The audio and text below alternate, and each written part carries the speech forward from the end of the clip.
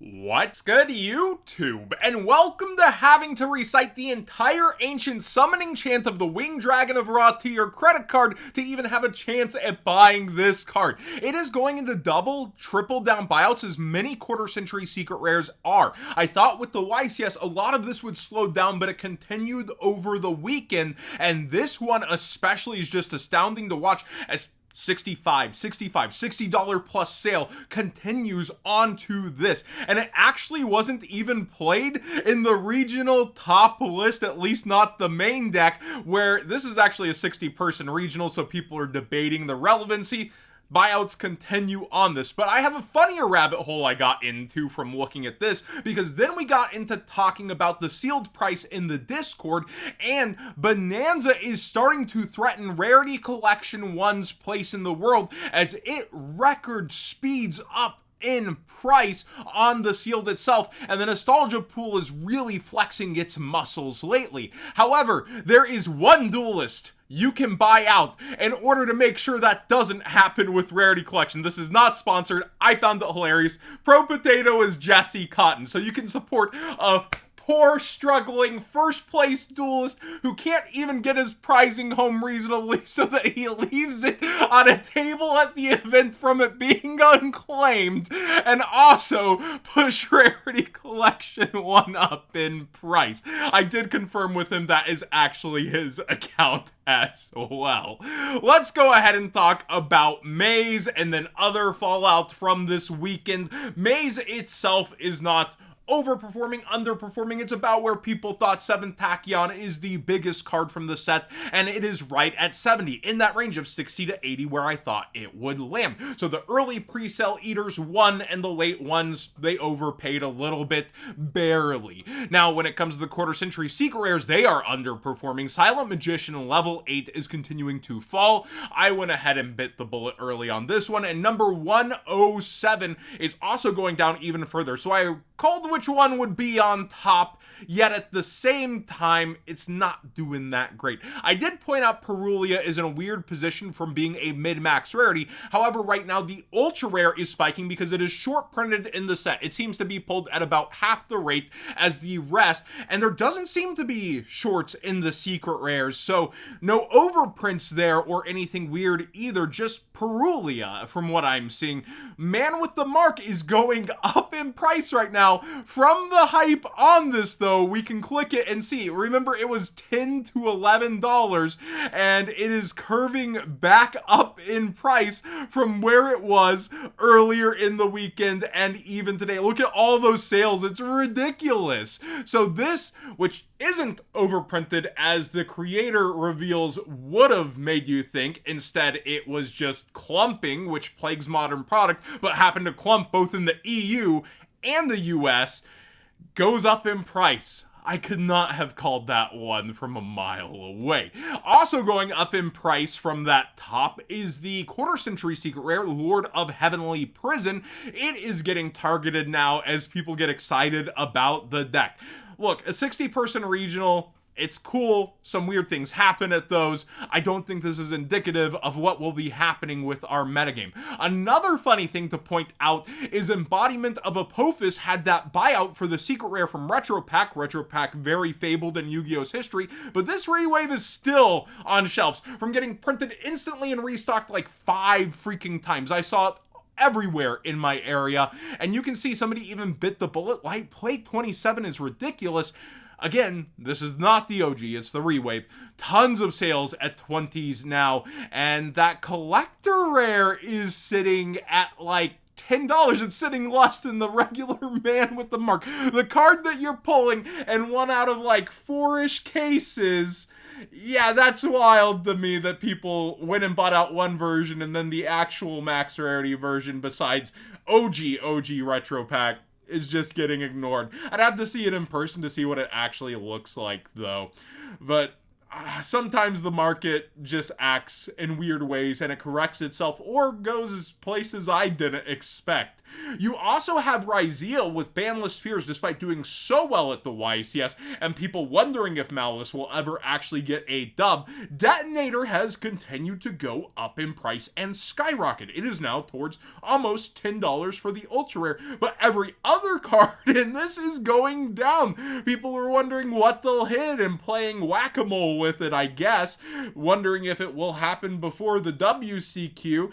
Ice is down, EXT is down, Sword is down. Every single graph kind of looks like this, where they're just shrinking in price, and I imagine if a ban list is supportive of the deck that it will skyrocket back, but you're speculating what Konami will do with a WCQ season, and that's why so many people are scared, / a lot of people that already wanted this deck have it. It's a mix of those two things. So people topping with it, getting that invite, they're either contemplating the events they're going into, or they're going to be selling it off, it looks like. Or, you know, you can do the third option and play the waiting game. Wanted Seeker of Sinful Spoils goes into a double down buyout. Somebody spent $166 per card on a playset to boost this back into the 200s. I think that sale is pretty wild, but the lowest is now $244, and I guess it could be a mix of Banlist anticipation and the future support coming along with it.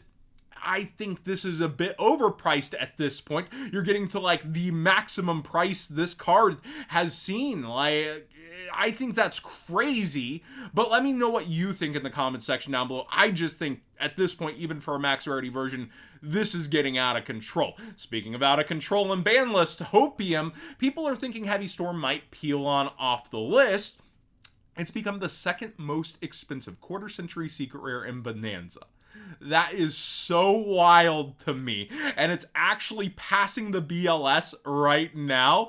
In terms of that, the lowest is $100 listed, and it has a $99.95 sale, a $90 sale, another one there, and another one at $89, all the way from $60. I told you all to get the quarter century secrets out of here that you were interested in before. Now it's getting ridiculous. People are scrambling. Stuff like Summon Skull that I've mentioned before, and me being LOB format's #1 fan, it's gotten insane. Genzo is really up there, and this is partly because you did have that GOAT format part of the 3v3, and those prizes were delicious. However, like, looking at this, it's just crazy to see it not like it can't repopulate unless a bunch of those people end up selling.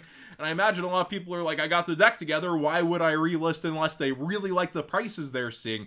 One thing to note is the Dark Magician Girls, and this one's already pushing back up. Someone was pointing out how they'd kind of fallen and they expect them to go back up. I feel like because of estimated value pulled, along with the concentration on playable cards, these have taken a little bit of a backseat, but people are targeting the movie art right now. I personally think the 10 art here, the most modern one, is probably the best one, but we'll have to wait and see how that turns out. Art is subjective.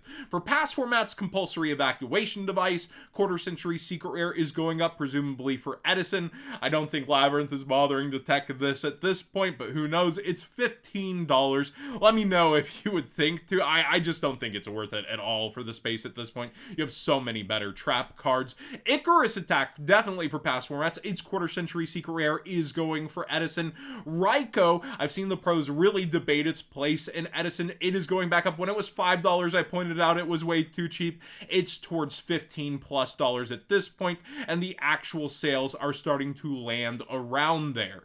Then Ghost Ogre and Snow Rabbit for modern, its quarter century secret rare is going, but it's not that OG art. You do have the OG ultimate rare over here starting to go back up slowly, but not aggressively as well. It's just interesting to note that some OTS ultis are finding their way back up after the market's been so harsh on those. And then finally, I wanted to talk an interesting sealed product, Legend of Blue Eyes, the quarter century secret version, which it was a pretty easy call to say that would go up. The question was, would Konami re-wave that at the end of the 25th promotion, which they've drug out for so long?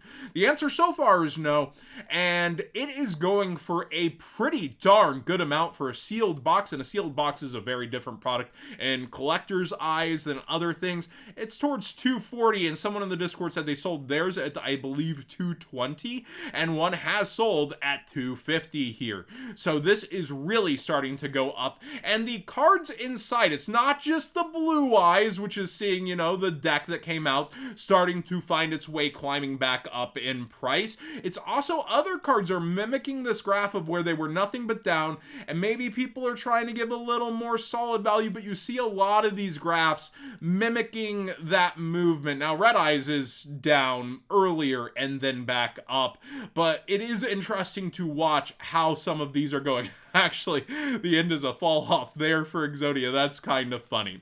Thanks for watching today's Market Watch. Please subscribe if you haven't already. I like going around and going into different conversations. It's fun to go ahead and hit a little bit from YCS and Banlist talk to how quarter century secrets, because they're so prevalent on the market, and that is what's moving, to the new set maze. I think there's a ton to actually take in, and I don't want to dismiss like credentials, but I do think this causing buyouts is a little blown out of proportion.